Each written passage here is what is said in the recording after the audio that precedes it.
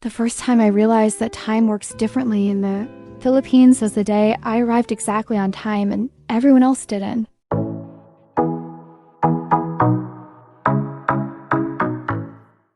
I was raised in America where time is a serious thing. Time is schedules, calendars, alarms, reminders, and backup alarms in case the first alarm fails. If a meeting is at 10 a.m., you arrive at 9:55.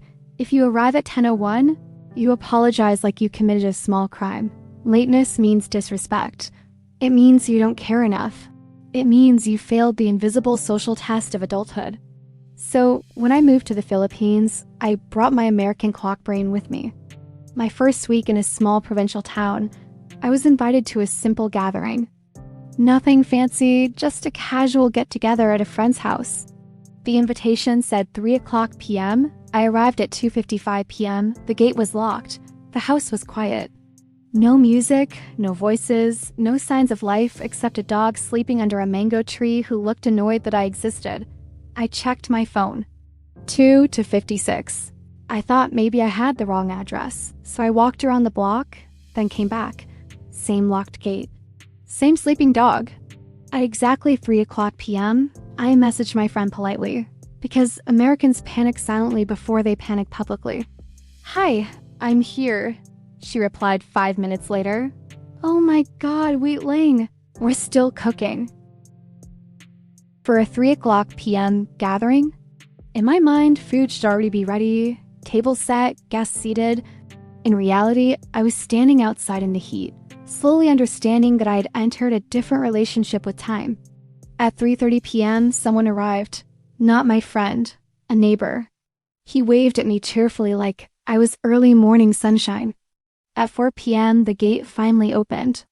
My friend greeted me with a big smile, hugged me, and said the words I would hear 1,000 times in my life. "Sorry, traffic. We lived in a town with 3 main roads and 1 tricycle lane. Inside the house, nothing felt rushed. No stress, no guilt, no tension. The food was still being prepared. People came in slowly. Someone brought extra chairs. Someone else started singing karaoke even though the gathering technically hadn't started yet. And absolutely no one was angry. No side eyes, no passive-aggressive comments. No, we were waiting for you energy. Just laughter, teasing, and stories. That was my first lesson. In the Philippines, being late is not a moral failure. It's a social reality. Over time, I began to notice it everywhere. A meeting scheduled at 9 a.m. starts at 9:30. A birthday party at 6 p.m. begins at 7:30. A wedding invitation says 2 p.m., but the bride arrives at 4 o'clock. And yet no one storms out. No one demands refunds. No one checks their watch every 5 seconds with growing rage. Instead, people talk. They eat. They laugh. They wait together. At first, this drove me crazy. I remember my second month in the Philippines when I had an appointment with a local official. I arrived early because of course I did.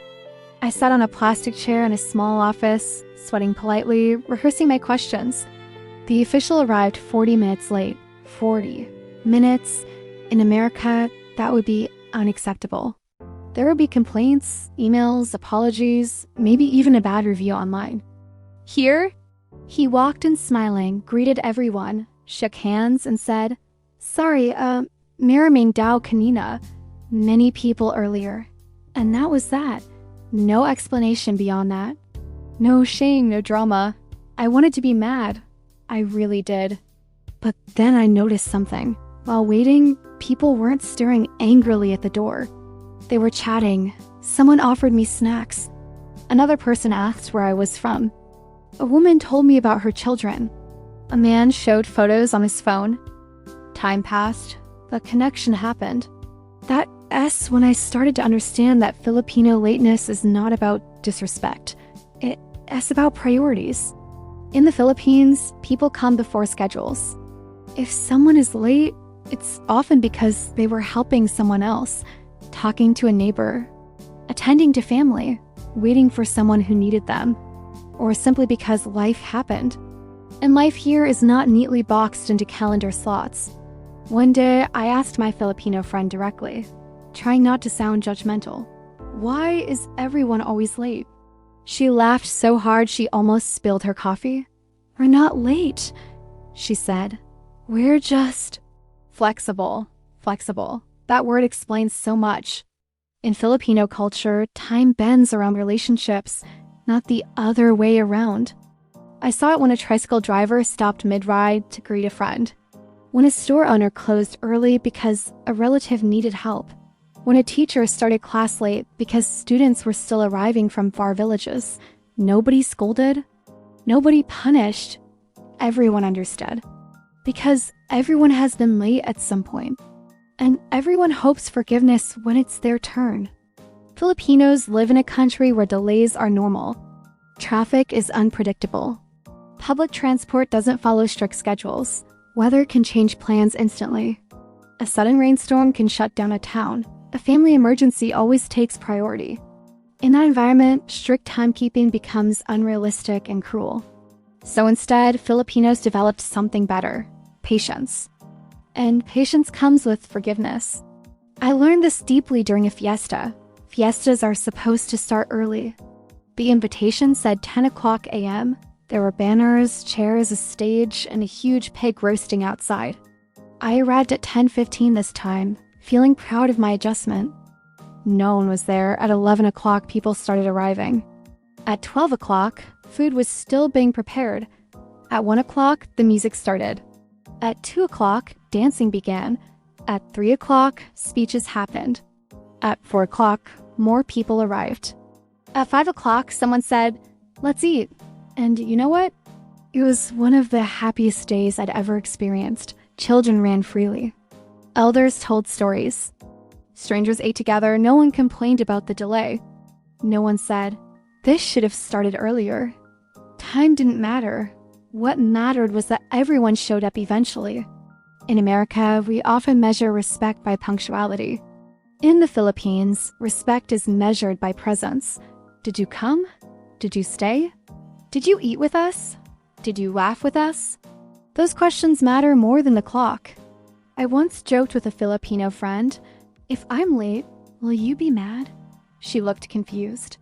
"Why would I be mad?" she asked. "As long as you come." That sentence stayed with me. As long as you come. Filipinos forgive lateness because they understand effort. They understand distance, obstacles, obligations, and fatigue. They understand that life is heavy sometimes, and they don't want time to be another burden. Of course, this doesn't mean Filipinos don't value time at all. They do, especially in work, deadlines, and responsibilities. But even then, there's room for understanding. I saw coworkers cover for each other, bosses wait patiently. Meetings adapt instead of explode. There's a quiet agreement that everyone is doing their best. One afternoon, I was late to meet a friend because it rained so hard the streets flooded. I arrived soaked, embarrassed, apologizing like an American. "I'm so sorry, She cut me off. "You're safe, right?" That was her first concern, not the time. Not the delay, me. That moment taught me more than any cultural guidebook. Filipino forgiveness isn't careless, it's compassionate. It comes from a history of hardship. Colonization, poverty, disasters, migration, traffic, bureaucracy. Life hasn't been easy here, so people learn to be gentle with each other. When life constantly throws delays at you, you stop punishing people for them. You learn to wait. And waiting together feels less lonely than waiting alone. Over time, something surprising happened. I started to relax. I stopped checking my watch every 5 minutes. I stopped panicking when plans shifted. I stopped feeling personally attacked by delays. I learned to sit, talk, eat, observe. I learned that silence isn't wasted time. That conversations are not interruptions. That waiting can be meaningful. And yes, I became late sometimes too. The first time I arrived late and nobody cared, I felt strangely free. No guilt, no anxiety, no lecture. Just smiles and food. Filipinos forgive lateness because they believe people are more important than precision. Because relationships last longer than schedules. Because being human matters more than being on time. And because one day you'll be late too and you'll hope someone waits.